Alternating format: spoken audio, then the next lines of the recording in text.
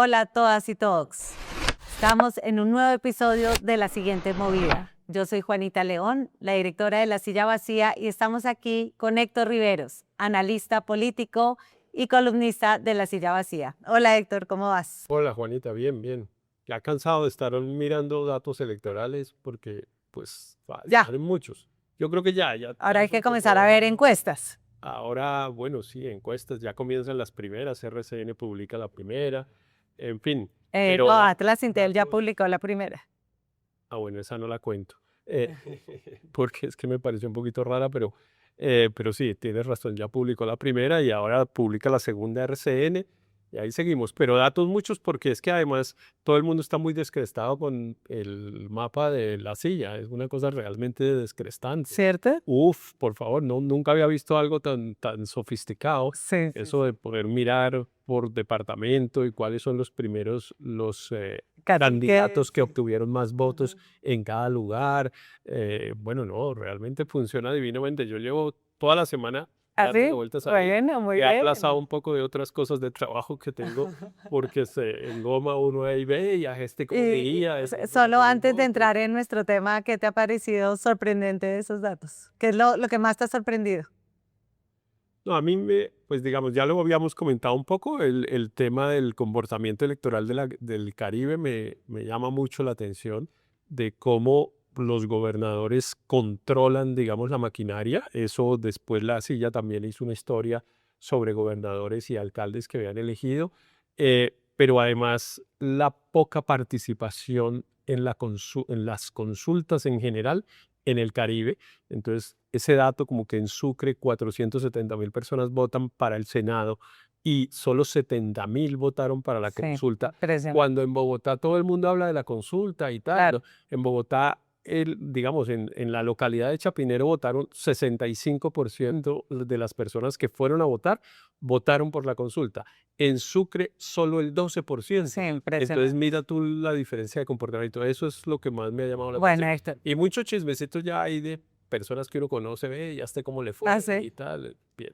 Bueno, pero hoy Gran vamos a cosa, pero hablar, invitemos a la gente a que lo miren, porque realmente tiene una información sí, los muy, muy buena. invitamos a ver en La Silla Vacía como nuestra ¿qué? Ventana de resultados electorales. Sí, además que tiene un título Realmente es, raro que no sé por Google cómo se encuentra porque dice las tripas de los datos electorales sí, o las algo así. tripas de los datos electorales, que no es muy SEO, hay No que es muy de Google, decirlo de sí. verdad, pero los invitamos a verlas porque realmente son los datos bien interesantes y muy detallados. Pero Héctor, hoy vamos a hablar de qué tanto se pueden robar las elecciones en Colombia, porque el presidente Petro sigue hablando de fraude electoral a pesar de que le fue increíble. Y pues yo siento que esto es una gran amenaza, como esta insistencia en que le van a robar las elecciones. Pues yo quería que lo analizáramos, viéramos qué tanto es posible, qué tanto no, porque Sí, si no sí, es está bien. posible, como que es bien sorprendente que el presidente sigue insistiendo en fraude a pesar de que lleva ganando desde el 2018. Sí, está bien, sí. Hablemos de eso porque resulta inevitable. A mí no me gusta un poco porque es hacerle eco a una y las fake news, y eso claramente es una fake news, pues digamos, se alimentan es de eso, de que otras personas le replicamos el mensaje. Pero aquí es que es inevitable porque el presidente pues lleva en esto, bueno, incluso no solo de ahora, sino desde el 2018, él vendía la tesis de que Duque no le había ganado, sino que se había robado las elecciones y después haber sostenido eso mientras ha estado en el gobierno en una pelea que tiene además con esta empresa Thomas Gregan Sons, que además del tema logístico electoral, también participa en la producción de los pasaportes y él ha mantenido esa pelea ahí. Y sí, toca contestarle, pero sobre todo me parece que es útil evaluar, ya pasó, acaba de haber unas elecciones, veamos qué tanta razón tenía el presidente Claro, y a ver si se bueno, robaron las elecciones o no. me parece muy bien. Entonces yo creo que comencemos con el full de escuchar directamente al presidente qué es lo que dice. Y lo que aquí se encontró como fraudulento, fraude electoral demostrado por la justicia, no por el presidente de Colombia, sigue vigente. Se aplicó en el 2022 y espero no se aplique en el 2024. 26. Aquí tengo las pruebas de cómo se usó en el 2022 contra mí y contra el pacto histórico. Claro, Héctor. Y es que es bien interesante la puesta en escena que hace el presidente ahí, como con documentos diciendo que eso no lo dice él, que lo dice la justicia, que aquí están las pruebas, cualquier persona ve eso y pues le cree que en realidad le hicieron fraude en el 2022 cuando ganó, ¿no? Pero la Corte a las elecciones legislativas y realmente pues ahorita podemos llegar allá, pero la justicia nunca determinó que le hubieran hecho fraude. No, es Creo que que no, es eso que no hubo es muy fraude, ¿no? importante Es que decirlo no hubo de entrada. fraude, ni hubo fraude en el 2018, como él dice. No es cierto que el Consejo de Estado haya dicho que ha habido fraude, porque él se sostiene permanentemente en una sentencia del Consejo de Estado del 2018 que le concede la razón al partido Mira, que demandó los escrutinios de entonces y que efectivamente anuló los escrutinios y ordenó rehacerlos y con el pues no es el reconteo porque no volvieron a contar los votos, pero cuando volvieron a hacer el escrutinio, efectivamente le reconocieron unas Tres cosas, curules. miren, Ujú. al Mira que no había hecho. En esa sentencia, el Consejo de Estado, pues además de, digamos, de decidir sobre el caso, efectivamente exhortó, que es una palabra que usan los jueces para decir aconsejamos. Sí, no sé si mis colegas abogados se van a poner bravos por decir que exhortar es igual a aconsejar, pero en la práctica sí. Aconsejamos que el software de suma de los votos, digo yo suma porque dicen el software de conteo, pero en realidad el software no cuenta los votos. El ministro del Interior, que digamos se ha metido como en el tema de tratar de entender, pues para ser vocero del presidente, entendió y lo dijo en una entrevista que le oí, lo que es correcto. Ahí no hay un software sino una calculadora. Ujú. Dijo él en estos días. Y efectivamente, eso no hay ningún software, eso es una calculadora que lo que hace es sumar los datos que alguien le da. Y es muy fácil verificar si lo que es como cuando a uno le pasan la cuenta en un restaurante, que a mí no me gusta hacer eso, pero hay mucha gente que se pone a mirar la cuenta a Claro. ver si este jugo sí lo pedí y esta otra cosa así. Así es igualito, porque hay una suma que todos pueden verificar contra los datos que alimenta esa información. Entonces, ahí no hay posibilidad de fraude. En el 2018 no hubo fraude a pesar de que anularon las elecciones, anularon el escrutinio. No es la primera vez que anulan el escrutinio, lo habían anulado ya antes, también en una demanda de Piedad Córdoba, porque claro, como lo vamos a ver después, en el proceso de escrutinio, que es un proceso manual y no computarizado, pues se cometen muchos errores, como cuando tú me estás dictando, bueno, ¿cuántos votos hubo por Pedro? 8.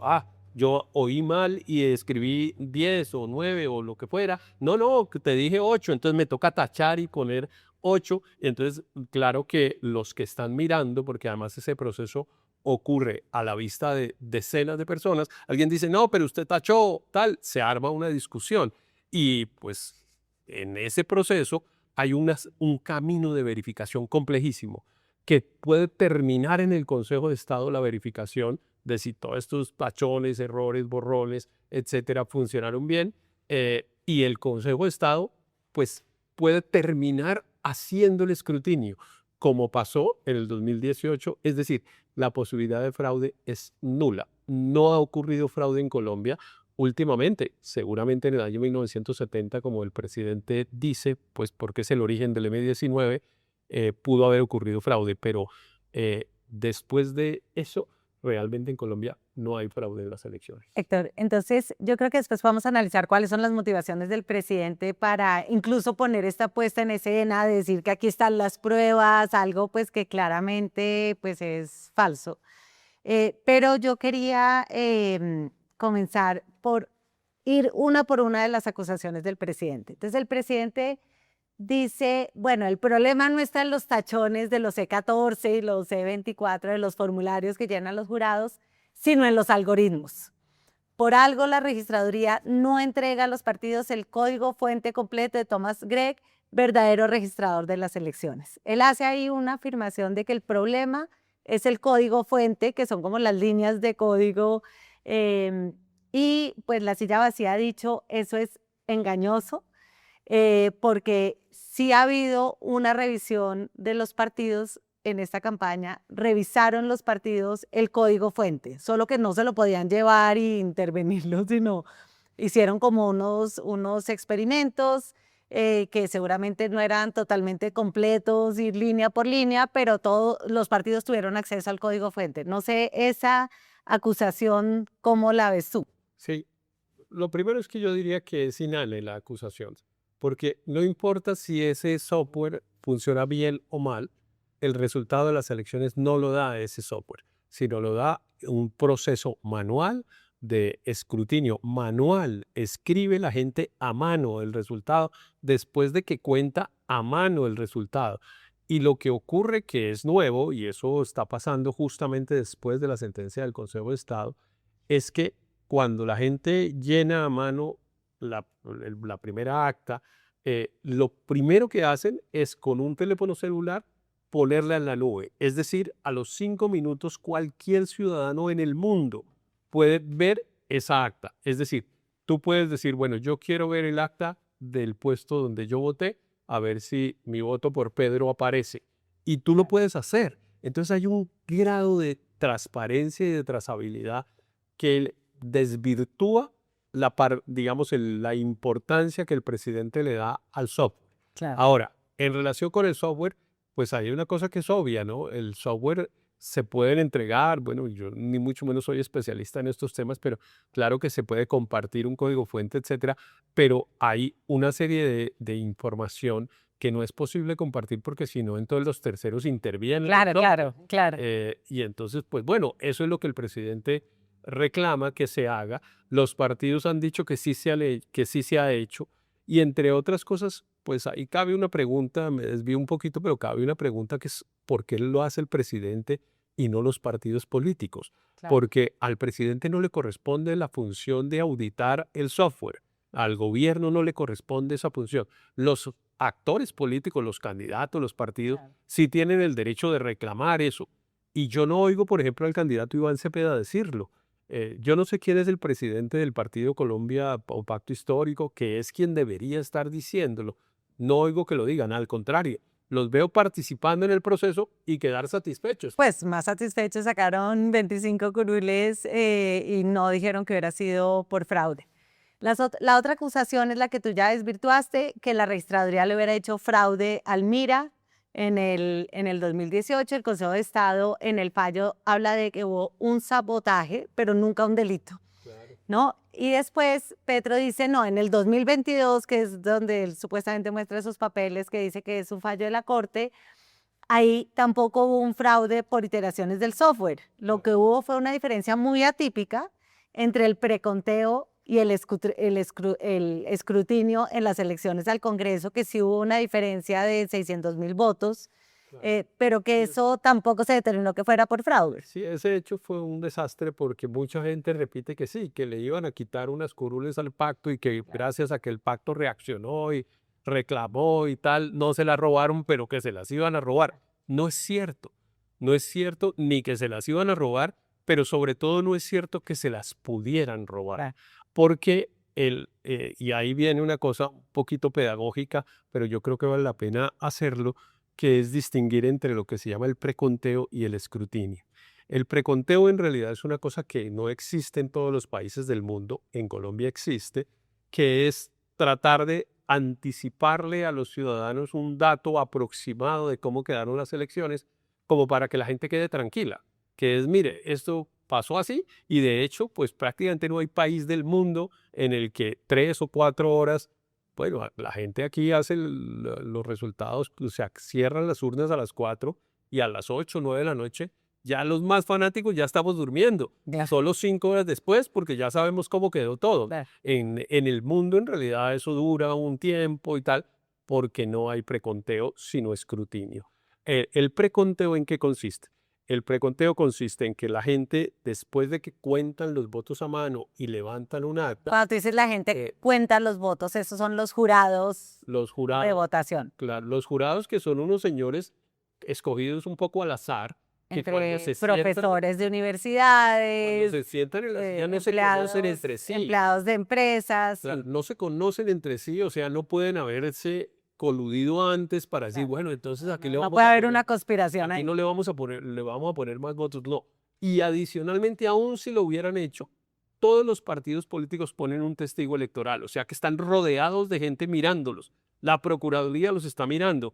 Entonces, si ellos dicen, bueno, aquí le contamos 20, pero pongámosle 200, todo el mundo se da cuenta. Es que Claro. el fraude por el sistema Entonces, con que Héctor, llevan pero Colombia espérate, resulta imposible. sigamos entonces. Pero lo Los que iba a decir es, jurados abren la caja, de la urna donde uno pone el voto, abren cada voto, lo cuentan y van poniéndolo de pronto, José, ¿por qué no nos pones ese formulario E14 de los delegados? Y ahí sí, lo vemos.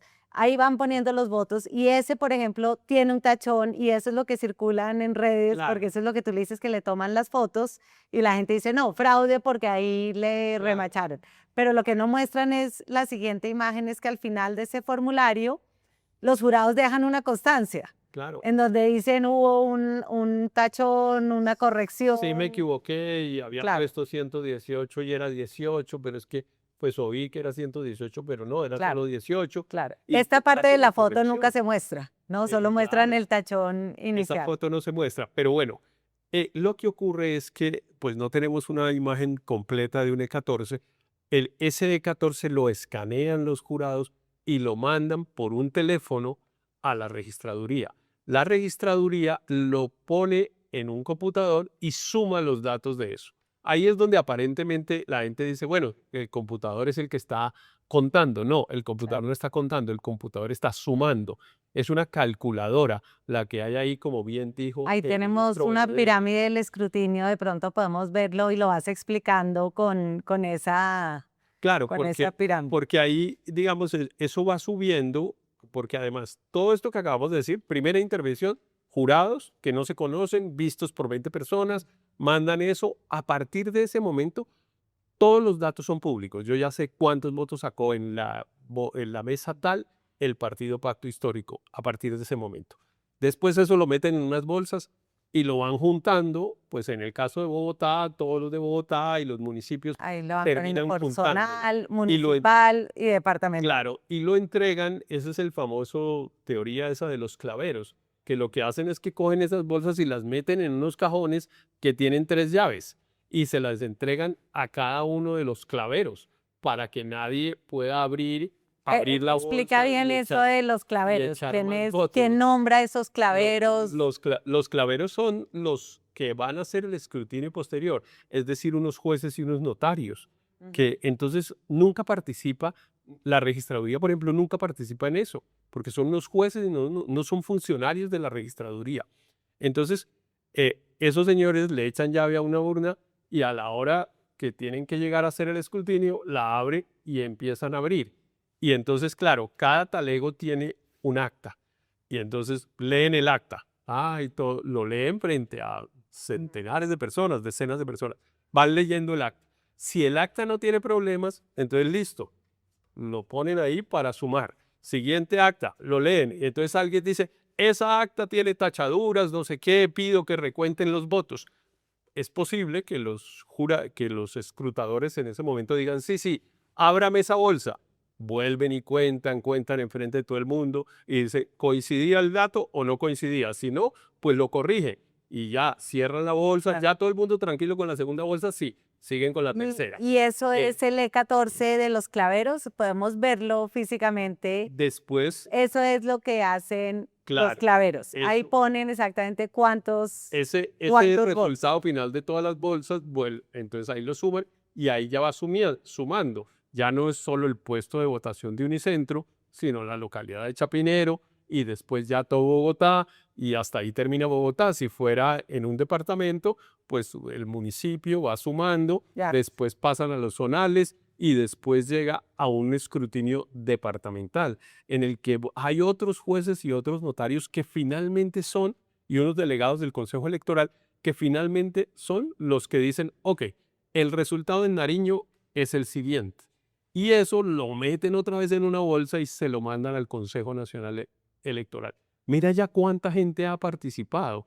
es imposible el fraude por la transparencia, pero adicionalmente lo complejo del tema. En realidad, a mí me llamó mucho la atención, yo estoy en uno de esos múltiples grupos, pero hay un grupo de chat de profesores en los cuales además hay unos expertos en derecho electoral y algunos comenzaron diciendo que el fraude y que es tan complicado. La conclusión final fue cómo es de arcaico el proceso, ¿no? Ah, sí. No es como de moderno en unos Claro. computadores O sea, manipulados. ¿en qué sino parte cómo es entran más los complejo. algoritmos de Petro? Porque una No, de en sus ninguna parte. principales dudas, lo opuesto, es en el software, los algoritmos, Exacto. que suena complicadísimo. ¿En qué parte entran los En algoritmos? ninguna parte, porque en ninguna parte digo porque, pues todo esto, claro, cuando terminan de cerrar las bolsas, como digo yo, y las mandan, pues obviamente eso lo ponen en una planilla y eso lo suben a un computador para que el computador suba, como por decirlo en un Sume, Excel, como en un digamos, Excel y que va como en sumando. un Excel.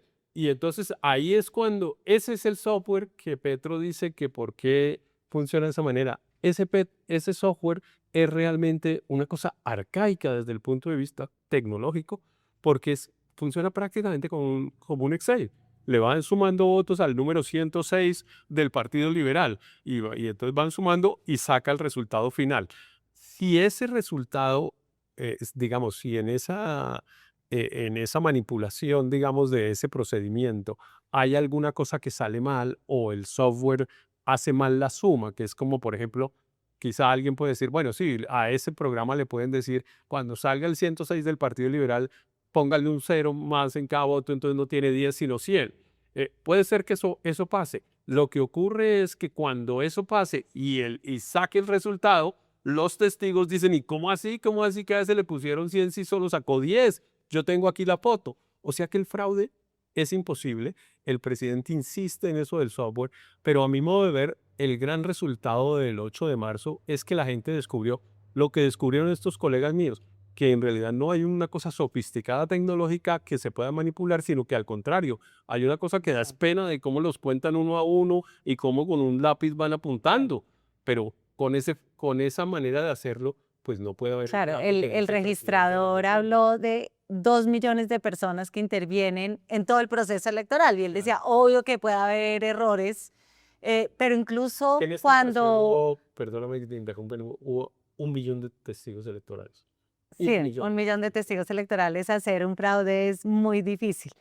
Héctor, la otra acusación del presidente es esta obsesión que tiene el presidente con Thomas Gregg, la empresa, y él dice, Thomas Gregg controla los datos de los colombianos, pero en realidad lo que el acceso de Thomas Gregg a los datos es solo de consulta como lo hacen los bancos o las notarías, pero los verdaderos datos no los maneja Thomas Gregg, sino los maneja IDEMIA, que es del Estado. Claro, no, claro. Es que, y ahí sí hay un avance en relación con lo que exhortó el Consejo de Estado. No es cierto tampoco que la registraduría no haya hecho nada con el exhorto del Consejo de Estado.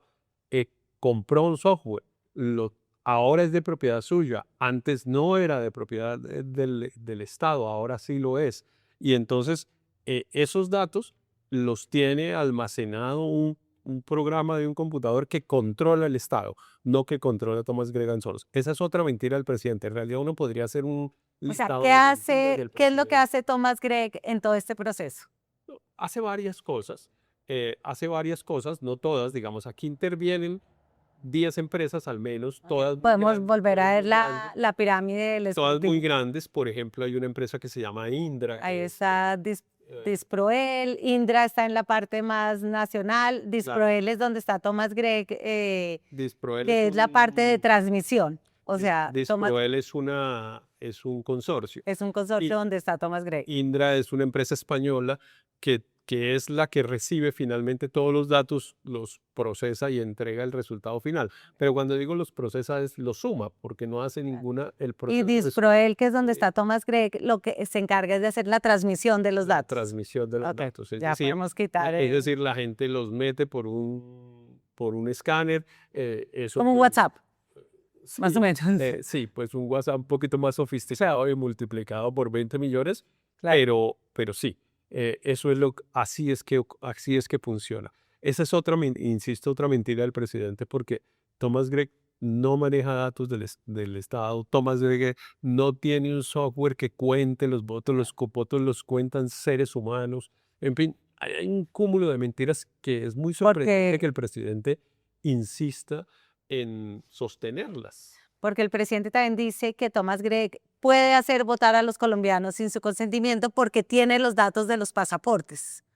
Sí, esa es otra cosa absurda, porque yo insisto, suponte que yo no voto, y entonces puedo aparecer votando, digamos, alguien, el cuento de que votan los muertos y no sé qué, porque en Colombia nos gusta echar cuentos y le Claro, repetimos sí. y los damos por ciertos, ¿no? En Colombia votan hasta los muertos, decimos siempre. La verdad es que no es cierto que puedan votar los muertos. Hay muertos en el censo electoral, eso es cierto. Es decir, puede ser que haya una persona que se ha muerto hace 2, 3 años y por algún problema no le hayan dado de baja en el censo electoral. Entonces, claro, aparece la cédula y alguien dice, "Ve, este se murió y aquí aparece que puede votar". Es cierto que aparece en la lista de los que puede votar, pero no aparece votando, porque para votar hay que poner la huella y hay que firmar y hay que firmar. Pues ya uno no, Eh, sí, ponernos la huella, Claro, claro, ante los entonces, jurados. el muerto no puede hacer eso. El muerto no puede hacer eso. No es cierto que eso ocurra. Para que el muerto pueda votar, es decir, para que alguien falsifique la firma del muerto y falsifique la huella del muerto, se necesitaría que el jurado estuviera coludido. Claro, Que eso, oiga, aprovechemos que estos no vinieron a votar y claro. llenemos aquí. Que fue lo que pasó en el 2002 con los paramilitares que le cogían las cédulas a las personas y hacían todo el proceso por ellos. Claro, claro. Pero todas esas cosas se han ido recuperando. Es decir, a propósito de este ejemplo que tú pones, es cierto que el sistema electoral colombiano tiene un montón de problemas, pero no en el proceso de votación y conteo. Tiene previo al proceso, pues hay mucho, la coacción de las organizaciones armadas que obligan a la gente a ir a votar. Claro, obviamente, ¿cómo vamos a decir que eso no ocurre en Colombia? Pues ocurre cada vez más marginalmente, pero ocurre y en algunos casos ocurrió incluso masivamente. La compra de votos, a alguien le dicen, bueno, le pagamos 50.000 pesos por su voto y sáquele una foto y cuando venga aquí le damos la placa. Por supuesto que también pasa. El trasteo electoral, que es que un ciudadano vive en Girardot y lo ponen a votar en el municipio de Ricaurte, que es el municipio vecino, porque algún concejal o algún candidato le sirve que voten ahí y no voten en el otro lado. También pasa, todo eso pasa, pero todo eso pasa antes del día de las elecciones. Claro. El día de las elecciones todo opera como lo estamos explicando y realmente con un nivel de seguridad que, bueno, ya vimos que este 8 de marzo, frente a las acusaciones del presidente, todos los observadores electorales y las autoridades estuvieron pendientes de lo que nosotros estamos hablando, que es, ¿será que el presidente sí tiene razón? Y todos terminaron y dijeron, pues ¿No? no sabemos por qué lo dice. Héctor, miremos aquí el testimonio que dio el observador español de la Unión Europea sobre lo que vieron en estas elecciones. Las conclusiones a las que llegamos no depende de lo que nadie nos informe, sino directamente de lo que nosotros observamos. Y lo que vimos el domingo fueron unas elecciones que transcurrieron en un clima de normalidad, en la que pese a todas las dificultades que han sido muchas, desde las climatológicas hasta las relacionadas con la seguridad, los colombianos y las colombianas pudieron votar, votaron libremente y de hecho la participación fue mayor a la de comicios similares en los últimos 30 años. Por lo tanto, una vez más, Colombia, con toda la dificultad que tiene, demostró que es capaz de organizar y celebrar elecciones homologables con las de cualquier país democrático del mundo. La Unión Europea, que vino a observar las elecciones, dijo, funcionaron de perfecto. maravilla.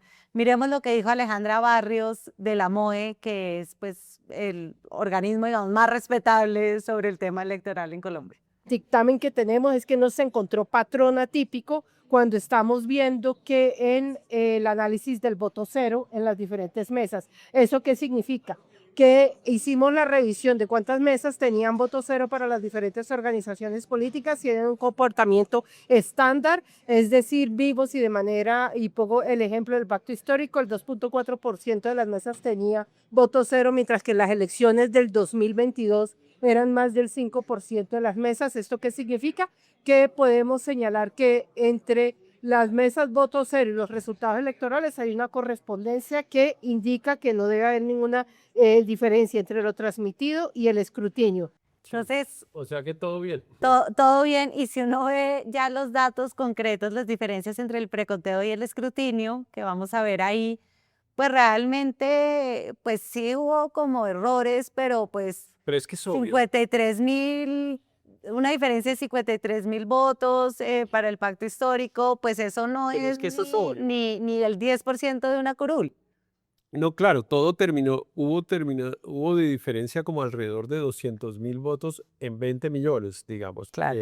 Entonces, pero es que el asunto es que el presidente insistió, yo no sé si tenemos el trino en el que el presidente dice que, digamos, alerta a todos los abogados del pacto histórico después de la elección, después de la votación.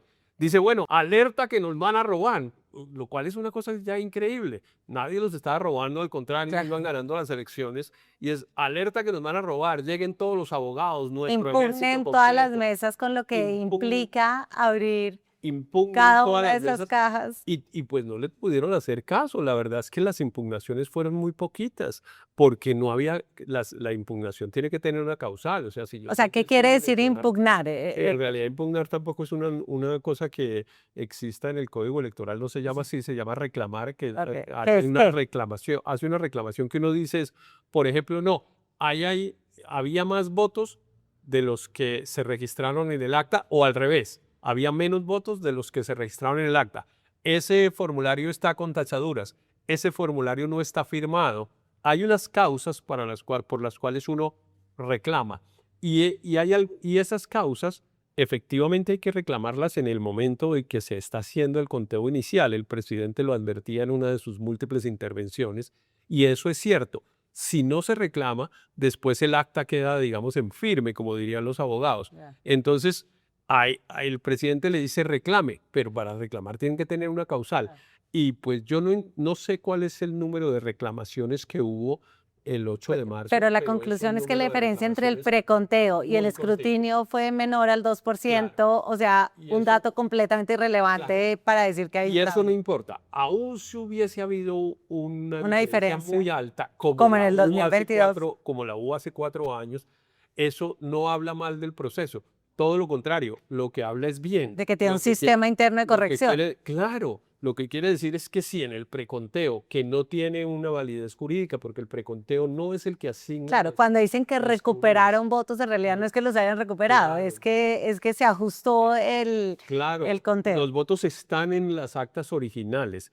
Ahora, claro, si en el acta original sale 20 y yo tengo 200, pues yo puedo decir que recuperé 180 votos en el sentido de que efectivamente había un error en el acta y yo lo hice corregir en el procedimiento. Pero lo importante de esto es lo que tú dices, es que realmente hay un proceso interno de verificación que corrige cualquier error.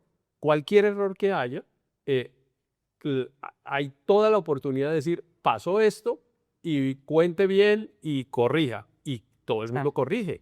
Mira que aquí corrigieron el pacto histórico, que seguramente tenía un ejército muy pendiente, entonces, digamos, corrigió los errores. Puede ser que haya otros partidos O sea, que no estaban tan recuperaron pendientes. 50.000 votos Recuperaron y el 50.000 Centro votos. Democrático recuperó 30.000 33.000. votos, o sea, casi que en proporción a la cantidad de votos que tuvieron. Claro, y en proporción al número de testigos y a la plata que se gastaron en abogados para el escrutinio.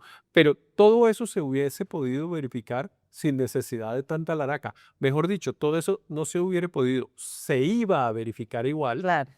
hubiera habido alerta del presidente Claro. o no, porque en eso consiste el escrutinio. Entonces, Héctor, analicemos qué busca Petro con sembrar esta desconfianza en el sistema electoral. Porque un amigo mío me decía, ¿no será que el presidente quiere que todo el mundo diga que el sistema funciona perfectamente para después robarse las elecciones y que uno no pueda decir nada? ¿El presidente se podría robar las elecciones? No, esa pregunta yo creo que es muy buena, sobre todo si alguien nos ve desde fuera, desde el exterior, porque cuando alguien dice que va a haber fraude en las elecciones en Venezuela, lo que uno entiende es que el gobierno se va a robar las elecciones. Y eso pues es lo que suele pasar en las dictaduras o en estados donde no hay verdadera independencia de la organización electoral.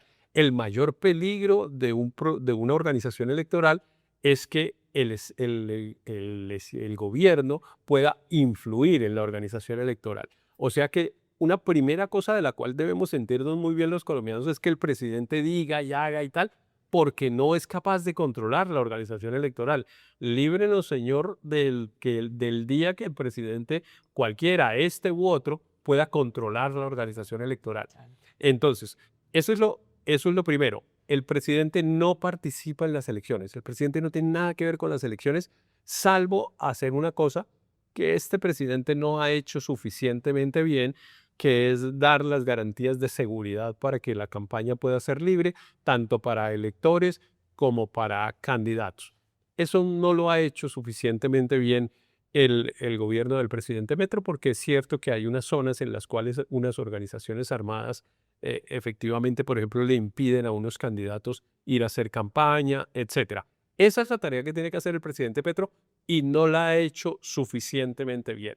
Las otras no solo no le corresponden, sino que en mi opinión, esa es una interpretación mía, le está prohibido meterse. Lo que él está haciendo es una cosa que es una usurpación de funciones indebida.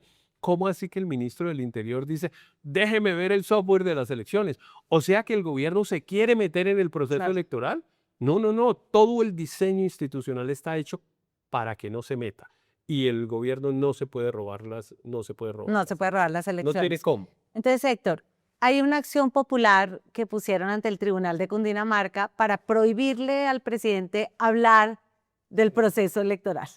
¿Eso es normal? ¿Es válido hacer eso? ¿El presidente se siente censurado? Pues eso muestra un poco lo loco en el punto en el que estamos un poco. Porque la Procuraduría tan más absurdo. apoyó y Claro. le pidió al tribunal que declarara una medida cautelar desde ya para que no pueda volver a Le opinar. dijera al presidente Petro, bueno, deje de estar haciendo lo que está haciendo.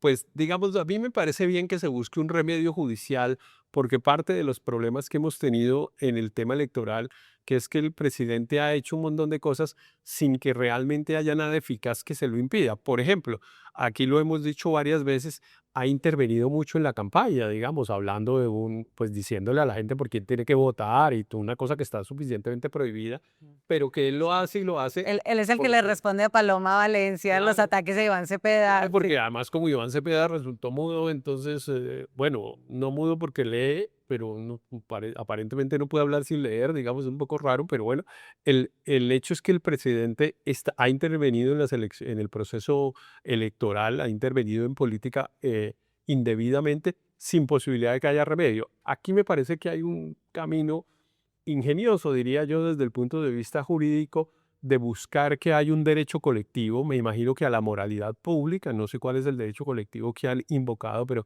a la moralidad pública probablemente, y que por esa vía le pidan al presidente de la República también seguramente invocando la seguridad, porque claro que un proceso electoral cuestionado pone en riesgo el orden público, y vamos a ver qué dice el tribunal, es una cosa llamativa. Héctor. Lo tiene un magistrado que es muy bueno, que es el magistrado Lazo, un magistrado que fue candidato a la Corte Constitucional y que, entre otras cosas, el presidente Petro votó por él cuando fue candidato a la Corte, pero es un gran jurista en el que yo confío que va a tomar la decisión correcta. Si lo hace callar al presidente, Héctor. no sé si eso convenga, la verdad, Claro. porque pues el presidente entonces va a decir me censura por un lado, por el otro, no sé. Héctor, pero profundicemos por qué Petro haría esto. Yo me imagino que él tiene un trauma histórico, por lo que tú dices, el M-19 nació de un fraude electoral en 1970 De innegable. a Rojas Es un hecho Pinilla. histórico. Sí, un dato histórico. recordemos cómo fue ese hecho histórico, porque eso tiene un poquito que ver también con esta obsesión con el Claro, fraude. ya fue la elección de 1970 pues estábamos en el Frente Nacional. Los candidatos supuestamente solo podían ser conservadores porque le correspondía el turno al Partido Conservador. Era candidato Misael Pastrana, que fue el que finalmente resultó electo. Recuerdo un candidato costeño que hizo ruido que se llamaba Evaristo Zurdís y participó el general Rojas Pinilla, que era un hombre popular, pues la gente lo quería. Claro, él no estaba militando en el Partido Conservador, pero se inscribió como conservador. Ahí hubo una primera tensión y pues vinieron las elecciones y la verdad es que la Napo ganó las elecciones. Eh, por un pequeño margen o no, no sé bien, pero ganó las elecciones. Ahí ocurrió una cosa interesante, esto es historia patria, pero es cuando empezaron a dar los resultados electorales, Se fue la luz. empezó a ganar Gustavo Rojas Pinilla. La gente empezó a salir a la calle. La gente de Rojas empezó a salir a la calle en Bogotá. Y el presidente de la República decretó un toque de queda. Es una figura que los que somos mayores recordamos, que es que el presidente Lleras mira el reloj y dice, dentro de una hora todos tienen que estar en la casa. Eran las 7 de la noche y a las 8 de la noche comenzaba el toque de queda. Y efectivamente, hay que reconocer que Rojas Pinilla le pidió a su gente que se fuera para la casa. Dicen que Lleras lo llamó y para decirle, oiga, no vamos a armar aquí un incendio. Y Rojas asintió y le pidió a su gente que se fuera para la casa, porque claro, se corría el riesgo de que los seguidores de Rojas no cumplieran Claro. el toque de queda y entonces iba a haber un choque con la policía. No lo hubo. La gente se fue a la casa y se fue la luz. Se fue la luz en la costa pacífica nariñense y entonces la costa pacífica nariñense no pudo transmitir datos sino hasta el día siguiente. Y en la costa pacífica nariñense aparecieron unos resultados al día siguiente en el que Cambiaban la Pastrana ganaba con un margen suficiente como para cambiar el resultado. Entonces uno podría decir, Hay un libro de Carlos Augusto Noriega, era el ministro de gobierno de entonces. Yo no recuerdo ya el título del libro, pero hay un libro de él que era el ministro de gobierno y él relata un poco todo esto que yo acabo de relatar y está documentado. O sea, el fraude está documentado. Y ahí unas personas que resolvieron decir, bueno, aquí nos robaron las elecciones, nos vamos con las armas y ese día se fundó el M-19, es el movimiento 19 de abril, porque 19 de abril fue cuando pasó todo esto. entonces uno puede decir que esto tiene un origen, digamos, en un trauma histórico de Gustavo Petro. Pero yo creo Pero que más que eso- un trauma es una simbología. Él mantiene la idea de que como hay fraude, el fraude legitima levantarse en armas, que es grave, ¿no? Claro. Y eso, Héctor, ¿cómo juegan estas elecciones? O sea, él está pavimentando el terreno para no reconocer los resultados si Iván Cepeda pierde o, Sí, o yo sí qué creo, está detrás. Yo sí creo, yo no encuentro ninguna otra lógica en este momento. El presidente, pues en el pasado hacía acusaciones similares y seguramente tenía otras motivaciones y tal, pero yo creo que en este caso lo que está, digamos, es dejando sentado. Si nosotros ganamos, ganamos. Y si perdemos, no es que hayamos perdido, sino que nos robaron.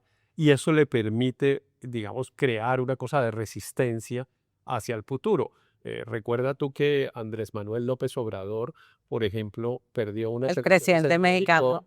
perdió unas elecciones en México y resolvió desconocer las elecciones y se quedó viviendo un rato en En el Zócalo. Zócalo, sí. Puso ahí unas carpas y ahí él O sea, ¿tú vivía. crees que esto es Pero- con miras al 2030? Es mantener como la idea, nos robaron las elecciones, hay que estar en pie de lucha para el 2030 o para que no se posesione el próximo presidente. Exacto, sí. Es para Pues, que no se si fuera posesione para el el próximo presidente. 2030, pues bueno, ahí vamos viendo cómo Claro. vamos administrando el problema, como hicieron en México. Pero puede ser Bolsonaro o Trump, que es ambos presidentes en ejercicio, porque lo raro es que unos presidentes en ejercicio actúen de esa manera.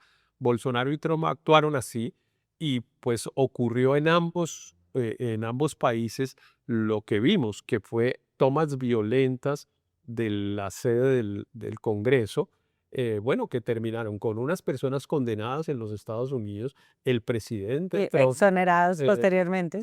sí, pues les perdonaron las penas después, pero el presidente Trump también, digamos, judicializado por eso, y Jair Bolsonaro está preso por esa razón. A mí me parece que el presidente Petro debería considerar esos antecedentes históricos, porque yo sí creo que en el sistema institucional que tenemos en Colombia, si el presidente Petro quiere desconocer las elecciones, está más cerquita de la cárcel que de quedarse en el poder. Yo no creo que haya ninguna capacidad de desconocer el resultado electoral en realidad. seguramente habrá tensiones y los seguidores del presidente Petro pueden pues utilizar vías de hecho y confrontación con la fuerza pública. Todo eso puede haber, pero el resultado final es que Pero además uno no se puede imaginar a Iván Cepeda no reconociendo los resultados, ¿no? Porque eso lo pondría a él en una situación bastante incómoda de que él tendría él es el que tendría que decir que que ser se cómplice robaron. de Claro. Petro en eso. Sí, estamos haciendo un poco fantasía, confiemos en que sea fantasía y que el presidente Petro esté advirtiendo de buena fe unas cosas que él cree que funcionan mal, que no entiende a pesar de todas las veces que le han explicado cómo funciona el proceso electoral. A Confiemos en nosotros, que a sea así. nosotros nos decían y hicimos una historia antes de la consulta en que en la campaña estaban utilizando esta idea del fraude para movilizar a la gente a volverse testigo electoral, porque si eres testigo electoral estás más proclive a votar. Era más como una estrategia de movilización, no era que quisiera desconocer los resultados, sino que era que quería como movilizar a la gente, darles un sentido de urgencia de ir al sitio de votación, estar ahí y que eso se podía traducir en votos. Puede que sí, y digamos, si está bien, pues si es así, pues es a un alto costo de legitimidad institucional, pero bueno, digamos, es entendible porque efectivamente pasa lo que tú dices. De hecho, pasó el 8 de marzo, hubo un incremento en el número de testigos electorales, no solo del pacto histórico, sino de todos los partidos, enorme, pues como te digo, llegamos a la cifra increíble de casi 1 millón de testigos electorales.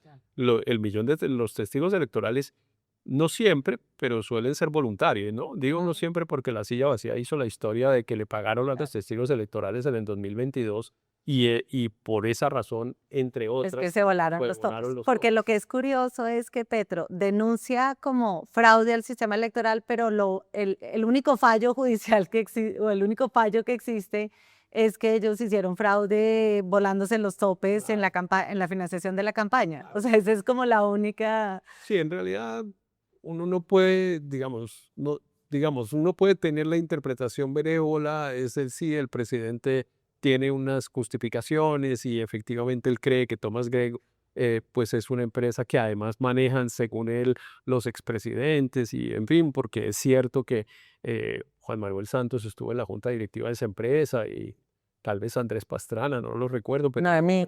Noemí Sanín, en fin, algunas personas, digamos, de relevancia política participaron en esas juntas directivas. En eso es cierto, y pensemos que el presidente puede estar haciendo un reclamo de buena fe. Pero lo que no, realmente yo sí no encuentro y no acepto, digamos, que el presidente no haya podido entender cuál es el papel que cumple esa empresa en el proceso electoral. Porque si entendiera, podría mantener el reclamo como en los pasaportes, ¿no? Quiero que le den el contrato y tal, pero hasta ahí el reclamo está bien, pero que ponga en juego la legitimidad del resultado electoral, sí ya me parece una cosa que no tiene una explicación de buena fe. Héctor, y tú me decías hace poquito que solo en X sus mensajes sobre fraude han sido vistos más de 3,4 millones de veces. Claro. O sea, esto realmente es una máquina de desinformación y presidente de ha puesto sembrar desconfianza. 120 trinos. En ese proceso que tú dices, en esa acción popular, están los 120 trinos. Están documentados como cada vez el presidente pone más y más y más largo el trino. Es una cosa sistemática realmente que tiene que tener alguna explicación. Esperemos que no sea la de la intención de no reconocer el resultado electoral, pues porque bueno, eso significa que el presidente Petro, del que muchas personas han tenido temor de que pues provoque un rompimiento institucional y tal, pues puede estar caminando hacia eso. Yo sigo creyendo que no y confiando en que no, pero francamente tanta insistencia ya me empieza a preocupar. Bueno, Héctor, pues realmente quedé un poquito más preocupada que antes, pero yo creo que los colombianos podemos estar tranquilos en que el sistema electoral funciona, es una de nuestras instituciones que funciona bien, y creo que esto de estar sembrando desconfianza pues es peligroso, pero creo que el registrador se ha rodeado de una cantidad de gente como para reforzar el sistema. Sí, ha habido una cosa rara y digamos buena tal vez, gracias al liderazgo del registrador, entre otras cosas. No sé si has visto, hay como una campaña que tiene unos avisos de color amarillo que dicen como votemos en paz o Sí. elecciones en paz, una cosa así, y ha habido eventos en distintas partes y tal, en el cual han participado además el procurador, el contralor, la defensora del Claro. pueblo, todo el mundo Sí. a decir, tranquilos, estamos bien, Claro. pero cada vez que hacen el evento el presidente viene y se pone un trineo y otra vez vuelve y todo el mundo. Claro, que- y además tiene todo el sistema de medios públicos, RTBC, replicando a la N esta Claro. Y desinformación. hay un tema, Y que es interesante también en el informe de la MOE y de los europeos, hablan que realmente donde falló el sistema fue en los medios públicos y en RTBC, que claramente tuvo un desbalance a favor del pacto histórico en la difusión de la claro, información. y hay un asunto que es realmente el grave, que no lo hemos mencionado, pero para no cerrar sin mencionarlo, es que el presidente es el que tiene las armas. Y por eso es que a los gobiernos no se les permite meter en las elecciones, porque pues el presidente es el comandante de las Fuerzas Armadas y entonces eso lo pone en una situación de superioridad respecto de los demás y por eso hay que aislarlo del proceso electoral, porque pues si no pasa lo de Venezuela y pues bueno, eso es lo que el presidente o no entiende o no quiere entender, pero bueno, por ahora sintámonos orgullosos del sistema electoral que tengamos, pero yo sí creo que preocupémonos con las posibilidades de que el presidente de la República desconozca el resultado electoral. Héctor, ¿y hay algo que puedan hacer otros estamentos del Estado para evitar que se dé ese escenario? Pues no, el tribunal de Cundinamarca podría decirle al presidente que no hable, pero Pues sí, no, pero una cosa es que no hable y otra cosa es que no los desconozca. sí. Ahora, es cierto que, digamos, ¿qué es desconocer? Sale y decir nos robaron. Eso no cambia el resultado electoral. Eso es importante decirlo. O sea, que gane el que gane no depende de Petro, ni siquiera si él lo desconoce. Él puede decir, nos robaron. Ok, señor, nos robaron. ¿Qué va a hacer usted con su afirmación de nos robaron? ¿Va a utilizar, como lo haría un demócrata, los procesos judiciales que le permiten impugnar eso, llevarlo ante el Consejo de Estado? ¿O va a darle una orden a la fuerza pública de que no reconozca al nuevo presidente? ¿O hasta dónde va a llegar? Ahí es el punto. Pero eso es lo que yo sí insisto. Yo creo que el presidente tiene una capacidad, digamos, de generar perturbación en caso de que no reconozca el resultado, pero no tiene posibilidad de cambiar el resultado ni de evitar que el nuevo presidente se posesione. Y en cambio, si intenta llegar a esos extremos, pues porque estamos pensando en unos escenarios absolutamente catastróficos y extremos, yo sí creo que está más cerquita de convertirse en un Bolsonaro preso que pues en un presidente que se mantiene en el poder por las vías de hecho. Bueno, pues esperemos que no lleguemos allá. En realidad, pues el presidente lleva desde hace muchos años, como tú dices, ¿no? Como el cuento de viene el lobo y después es como cuando gana ya todo bien. Entonces, pues esperemos a ver Él qué perdió en pasa. el 2018 y dijo que ha perdido. Bueno, digamos, sigamos manteniendo sin ingenuidad, pero manteniendo la idea de que lo hace de buena fe. Bueno, Héctor, entonces, pues con esto terminamos este nuevo episodio de La Siguiente Movida. A todos ¿Viene Semana nuestros- Santa? Ah, no, todavía no, no. La próxima semana comienza, Pero vamos a volver vamos a la siguiente tener movida una más antes de Semana antes de Santa. Semana Santa. Ok. Por ahora, nuestros seguidores les pedimos que marquen la campanita, síganos en este aventura que tenemos con Héctor Riveros, que cada vez nos parece que nos divertimos más. Sí, nos divertimos un montón y la gente lo ve y nos regañan y en fin, nos aplauden, todo chévere. Bueno, muy bien. Entonces, Héctor, pues muchas gracias y nos vemos en la siguiente movida. Muy bien. Gracias. Hacer periodismo independiente cuesta. Cada suscripción a este canal nos permite financiar historias que revelan patrones, intereses y otras dinámicas de poder que otros no cuentan. Suscríbase y sea parte de la comunidad que apoya a La Silla Vacía.